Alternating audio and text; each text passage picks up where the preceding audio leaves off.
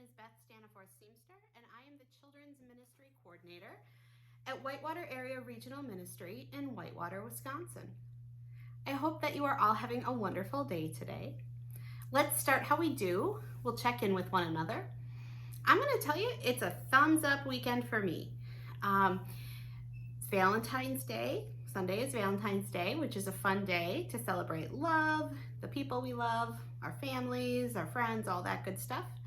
I was actually born the day before Valentine's Day, which meant that yesterday was my birthday.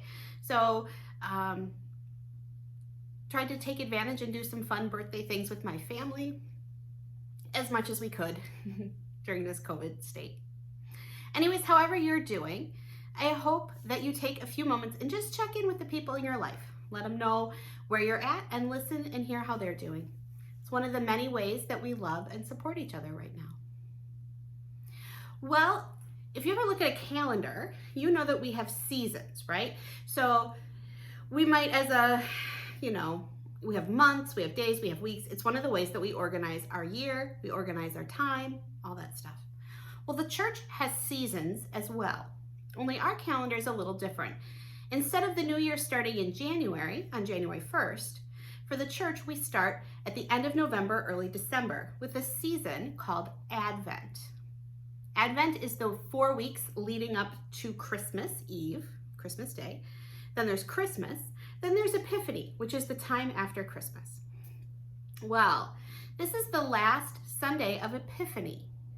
And then on Wednesday, we are going to have Ash Wednesday, which begins a new season called Lent.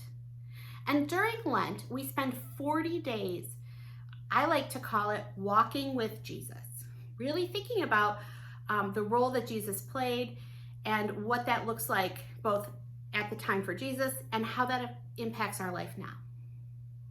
So the story that we're going to talk about in the Bible this week is called the Transfiguration of Jesus. And it's one that we typically do at the end of Epiphany, right at the start of Lent. Okay, so let me tell you the story and then we'll talk about why we would consistently talk about this. Jesus takes 3 of his disciples up a very, very high mountain. They hike up, and when they get there, there's no one around. And suddenly, 2 figures appear, and it is Moses and Elijah. Now, Moses and Elijah are former prophets who have been, Moses died a long time ago, Elijah, a historical figure for the Jewish people at the time. The story goes that Elijah did not die, he was taken up to heaven in a chariot.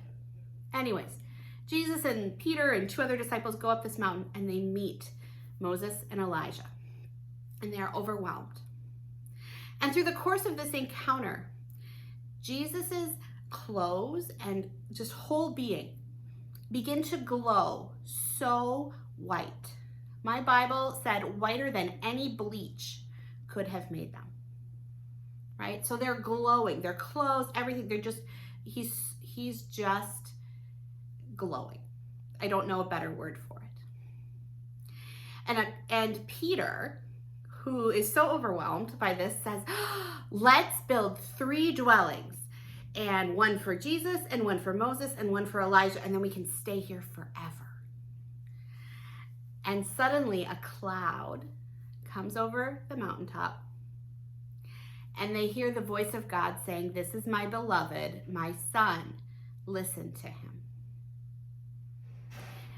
Moses and Elijah are gone. It is just Jesus, and they're redirected down the mountain. But Jesus tells them, don't tell anyone about this. It's kind of a confusing story. So why would we start with it at the beginning of Lent, at the end of Epiphany? Well, when I think about it, what I hear is that Jesus was totally, this word transfiguration is like to transform or to change, right? His holiness, his divinity it became very clear to the disciples, even though they were confused and didn't fully understand. During the season of Lent, we are invited to a time of personal growth and personal transformation. I think back over the last year, and I can think about ways that I have been transformed in my own life.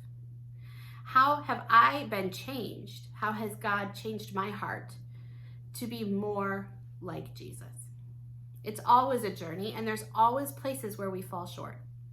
But every year, this week between Epiphany and Lent, we are invited to think about that for the next year. Where are places that you might be able to be changed, that you could work on to become a little bit more like Jesus, to focus on love, to focus on God, to focus on your neighbor? Perhaps you want to spend more time outside this year, connecting with God through nature. Perhaps you want to spend more time in prayer. Maybe you want to try praying in a different way, like through art or music. Whatever that looks like for you, I invite you to think about how these next 40 days that will start on Wednesday can be a time of growth and change for you in your own journey. With that, I wish you blessings. I hope you have a wonderful week. I miss you. Bye.